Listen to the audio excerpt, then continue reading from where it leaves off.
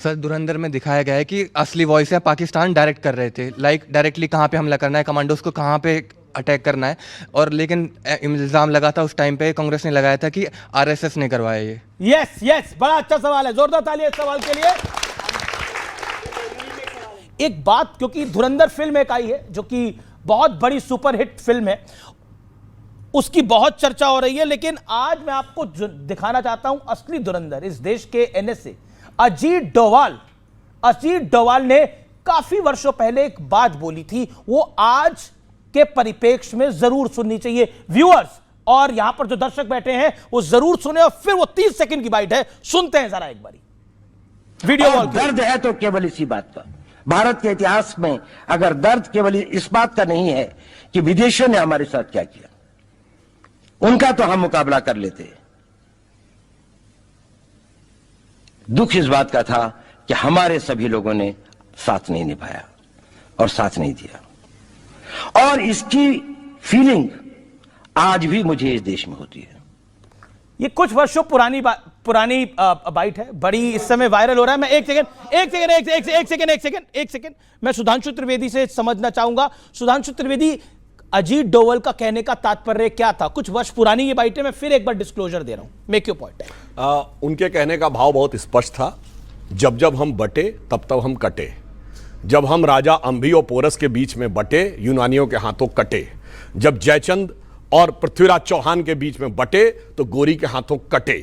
जब महाराणा प्रताप और राजा मान सिंह के बीच में बटे तो अकबर के हाथों कटे। जब छत्रपति शिवाजी महाराज और मिर्जा राजा जयसिंह के बीच में बटे तो औरंगजेब के हाथों कटे। सर अपने अपने टर्न पे बोलिए। अरे आप अजीत डोभाल के माने का जो उन्होंने दो लफ्ज बोले हैं, इन्होंने सारा चीजें दो बिरादरियों में बांट दिया। उस चीज को एक मिनट मैंने सारे विदेशी लुटेरों का नाम दिया, बिरादरी कैसे आ गई? ये चोर की दाढ़ी में तिनका, भाई साहब मतलब है उनके ये सुनिए, गोरी अकबर औरंगजेब में बिरादरी, देखो कहते आरज़ू पे आ गई। की बात की, आप आजाद भारत की बात, वो कब की बात कर रहे थे? साहब ने 2 साल पहले बोली, अब आप बताइए कि 2 साल पहले नहीं, और क्या ध्रुव सक्सेना के बारे में बोली जो बीजेपी ठीक है ओके सुधांशु जी 30 सेकंड ऐसे फैक्ट मत जाने दो ना भाई। इन्होंने कहा ऐसे नहीं, आप मुसलमानों को दुश्मन बना रहे हो। सुनिए अब आजाद भारत की बात कर रहा हूं, सुनिए आजाद भारत में आजाद भारत सुनिए ना, फिर मुसलमानों को जोड़ रहे हो। तो औरंगजेब को मुसलमानों से क्यों जोड़ रहे हो? बाबर से क्यों जोड़? बाबर हमारा रिश्तेदार नहीं, आपका है सर। अकबर औरंगजेब की कब्र पे कौन गया? इमरान प्रतापगढ़ी कांग्रेस के नेता और असदुद्दीन ओवैसी, अकबरुद्दीन ओवैसी। क्या कहते हो? मेरा मतलब नहीं है भाई, ऐसा झूठ ना बोलो। सवाल आपका पॉइंट, अपनी बात रखो आप। सर मेरा सवाल ये है कि पार्लियामेंट में वंदे मातरम पे चर्चा हो रही है, एसआईआर पे चर्चा हो रही है। सर हम युवा है, हमारी बेरोजगारी पे, हमारी शिक्षा पे कब चर्चा होगी? ओके बिल्कुल कहना चाहता हूं, जब बेरोजगारी और शिक्षा की बात होती है तो ये लोग क्यों ले आते हैं बाबरी मस्जिद बीच में? पूछो ना। आज आप कहते हो सबसे खराब स्थिति मुसलमानों की है। सुनो एक बात, 37 लाख एकड़ जमीन पड़ी हुई है वक्फ बोर्ड के पास। कितने स्कूल बनाए, कितने यूनिवर्सिटी बनाई, कितने कॉलेज बनवाए, कितने मेडिकल कॉलेज बनवाए? रोजगार कैसे मिलेगा? वो वक्फ बोर्ड पे आ गए। अच्छा ठीक है, और सवाल ओके सवाल क्या? विपक्ष पार्टी हार का मंथन करने की जगह वोट चोरी जैसे मुद्दों को क्यों उठाती है? ओके, विपक्ष पार्टी हार के मंथन करने की जगह वोट चोरी जैसे मुद्दों को क्यों उठाती है, इसका जवाब अब आप बताइए ना। हर बारी वोट चोरी, पहले ईवीएम की दिक्कत थी, अब वोट चोरी की दिक्कत है, क्यों? बच्चे ने बहुत ही अच्छा 30 सेकंड सार्थक प्रश्न किया है। वोट जो चोरी इस लोकतंत्र से जुड़ा हुआ मुद्दा है। चुनाव आयोग का मतलब है निष्पक्ष, पारदर्शी और विश्वसनीय होना चाहिए। हम चाहते हैं सभी राजनीतिक दल विश्वसनीयता का जो संकट आ रहा है उस पर प्रश्न लगाए और ईमानदारी से सही चर्चा हो, ताकि लोगों में भरोसा बढ़े लोकतंत्र के लिए। के बाद आता हूं अमित भाई, क्या आपको लगता है विपक्ष एक नैरेटिव बनाने की बार बार कोशिश करता है कि देखिए एसआईआर हो रहा है, गलत हो रहा है? ममता बनर्जी भी यही बात कह रही थी कि एसआईआर हो रहा है, मैं फॉर्म नहीं भरूंगी, लेकिन फाइनली उन्होंने भी फॉर्म भर दिया। उन्हें पता है कि यह जरूरी है, आपको भी पता है यह जरूरी है। अब आप बार बार नैरेटिव बनाने की कोशिश करते हैं, लेकिन फाइनली खुद एक्सेप्ट करते हैं।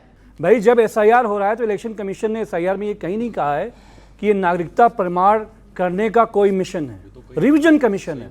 लेकिन आदरणीय गृह मंत्री जी ने भारत की संसद में जब चर्चा करी है तो वो कहते हैं कि वो एसआईआर की बात ना करके उसमें घुसपैठ जोड़ते हैं। चलिए आइए घुसपैठ पे। सुधांशु जी, अगर बांग्लादेशियों को यहां से सरहद पे छोड़ने चलना है, समाजवादी पार्टी आपके आगे आगे चलेगी। नंबर 1।